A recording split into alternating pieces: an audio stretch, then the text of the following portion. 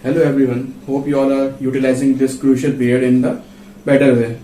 So keep continuing practice and practice and practice because maths based on the practice. As much you can make practice, please do. It's an important time for you, a good time for you to stay home and study. So today we are going to discuss another algebraic method to solve the linear equations. So our another method is method of elimination. Eliminate करना means क्या होता है? Eliminate करना, किसी को cancel करना, बाहर करना. सेम यहाँ पे अप्लाई होगा. इसके मेथड कैसे हैं वो मैंने आपको नोट्स दे दिए हैं, वो पढ़ लिएगा. यहाँ पे with the help of one example I am going to explain how we are going to proceed this method. So first of all, in this method we are going to eliminate any one variable. Any one variable means x या y में से किसी एक variable को हम eliminate करेंगे. कैसे? by making the coefficient of that variable equal. by making the coefficients of that variable equal. हम उस कोफिशिएंट को इक्वल रखेंगे. कैसे रखेंगे वो देखें. यहाँ पे कोफिशिएंट क्या होता है? वेरिएबल का जो उसके मल्टीप्लीकेशन में कोई टर्म होती है, अलजेब्रिक टर्म जो होती है, वो होता है उसका कोफिशिएंट. सो एक्स के कोफिशिएंट क्या है? कोई टर्म नहीं है. कोई टर्म नहीं होता तो होता है 1. जीरो नहीं होता, ये ध्यान रख लें. जीरो नहीं होता है, सिर्फ 1 होता है. कोई टर्म अगर नहीं लिखी तो वो क्या होगा? 1. y के कोफिशिएंट हो गया 2. Similarly y coefficient 3. यहाँ पे x का कोफिशिएंट 2. सो इक्वेशन फर्स्ट मान लेते हैं, इसे इक्वेशन सेकंड मान लेते हैं. Now see these equation carefully and what is the easiest way to make the coefficient of x or y equal. What is the easiest way to make any of these two variables, इन दोनों variables का coefficient हम कैसे equal कर सकते हैं?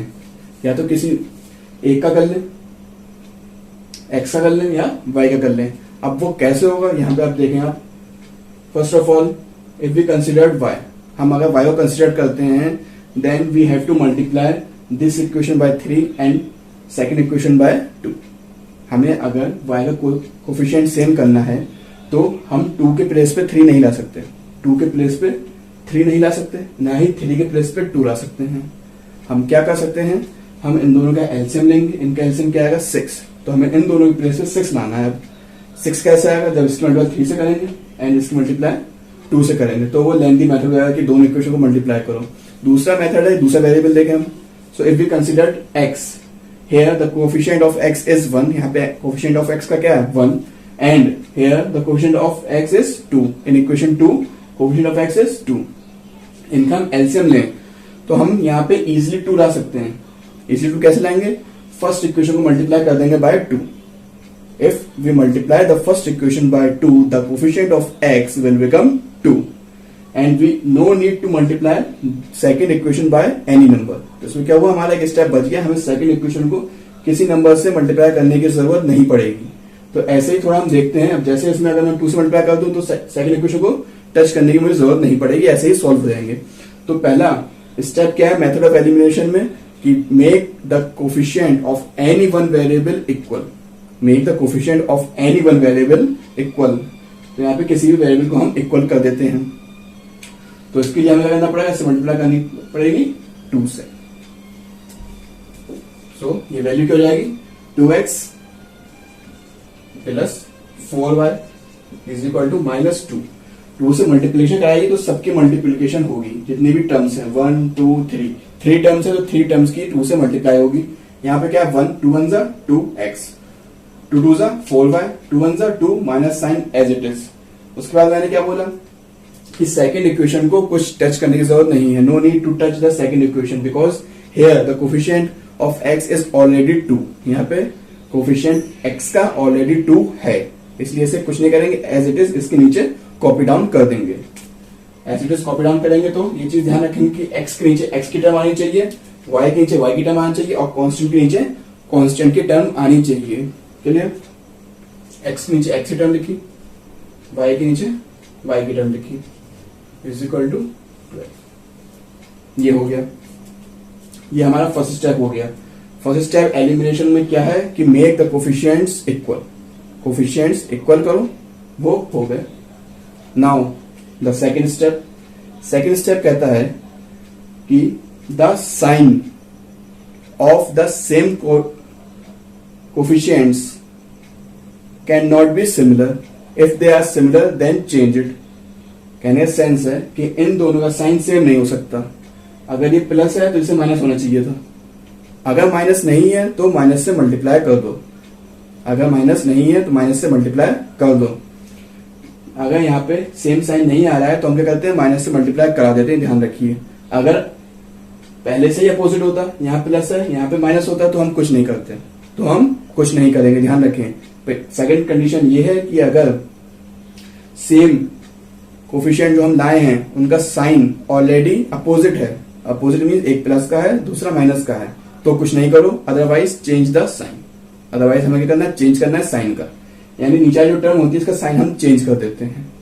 Sir sign कैसे change करते हैं, प्लस है ये हो गया माइनस, प्लस है ये भी माइनस हो गया, प्लस है ये भी माइनस हो गया।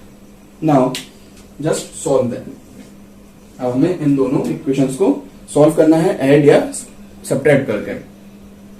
Keeping one thing in mind that we have to take these sign, we have to take these sign into the consideration and did not take that sign which was the previous one। जैसे यहाँ पहले क्या था, plus था, अब क्या sign हो गया, यहाँ पे इसका माइनस हो गया है। तो पहले प्लस था अब माइनस हो गया, तो अब जो साइन है हमने जो चेंज करने के बाद लाए वो साइन कंसिडर करेंगे, previous sign will not be considered, previous sign considered नहीं होगा, ये चीज ध्यान रखें। प्लस का ये माइनस का क्या होगा, ये कैंसिल हो गया।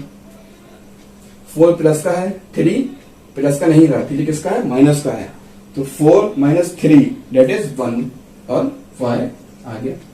साइन हमेशा ग्रेटर नंबर का आता है, ग्रेटर नंबर क्या है 4, इसलिए plus a is equal to, इसका साइन क्या है minus, previous sign will not be considered, keep that thing in mind.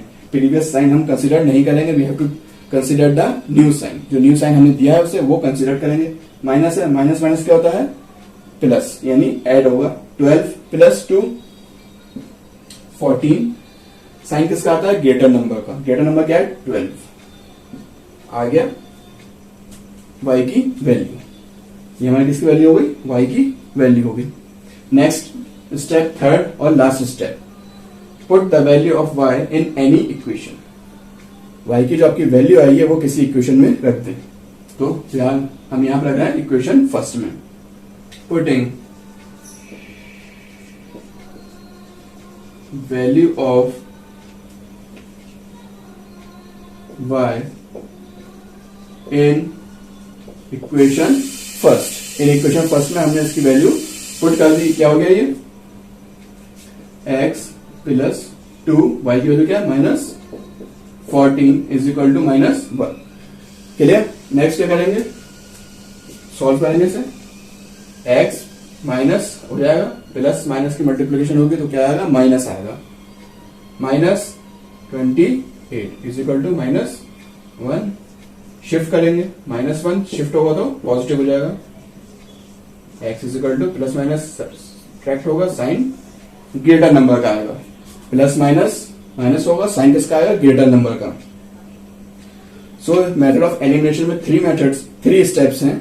First step, make the coefficient of one variable equal, वो हो गया। उसके बाद if the sign of that variable is not opposite then change the sign of the second equation. अगर second equation का sign उस first वाली से अपोजिट नहीं है तो बाकी सेकेंड इक्वेशन के सबके साइन चेंज कर दो, फिर हमारा एक वेरिएबल की वैल्यू आ जाएगी, वेरिएबल की वैल्यू आ गई, एक वेरिएबल कैंसिल आउट हो जाएगा और एक वेरिएबल की वैल्यू आ जाएगी। Now put this value in any equation, किसी भी इक्वेशन में हम पुट करके find the value of another variable. यहाँ पे हम साइन चेंज इसलिए करते हैं कि हमारा जो वेरिएबल आया है वो कैंसिल आउट हो जाए, एलिमिनेट हो जाए, इसलिए इसका नाम है एलिमिनेशन मेथड। इसमें क्या हुआ, एक वेरिएबल कैंसिल आउट हो गया। पेयर ऑफ लीनियर इक्वेशन को सॉल्व करने का सबसे इजी मेथड और सबसे ज्यादा यूज होने वाला मेथड यही है, सबसे इजी मेथड और सबसे ज्यादा यूज होने वाला मेथड यही है। ज्यादातर क्वेश्चंस हमारे पास जो आते हैं एग्जाम में उसमें लिखा नहीं होता है थर्ड प्रॉब्लम्स में कि हमें कैसे सॉल्व करना है, तो ज्यादातर यूज हम यही एलिमिनेशन का मेथड करते हैं। क्योंकि अगर हमारे पास नंबर ज्यादा हो जाते हैं, कोफिशिएंट ग्रेटर होता है, तो उसमें क्या रहता है कि सब्स्टिट्यूशन मेथड में करने से थोड़ा डिफिकल्ट पड़ता है और जो हमारा नेक्स्ट मेथड है, method of multiplication, cross multiplication, उसमें जो है वो कैलकुलेशंस थोड़ी ज्यादा हो जाती हैं और फॉर्मूला भी उसमें थोड़ा टिपिकल है, ट्रिकी है। तो ज्यादातर आपको यही फॉर्मूला अच्छे से याद करना है, अच्छे से इसकी प्रैक्टिस करनी है। इसके अभी एक दो एग्जाम्पल मैं और कराता हूँ, आप उस पर फोकस करें ताकि आपका थोड़ा जो कंफ्यूजन है वो निकल जाए।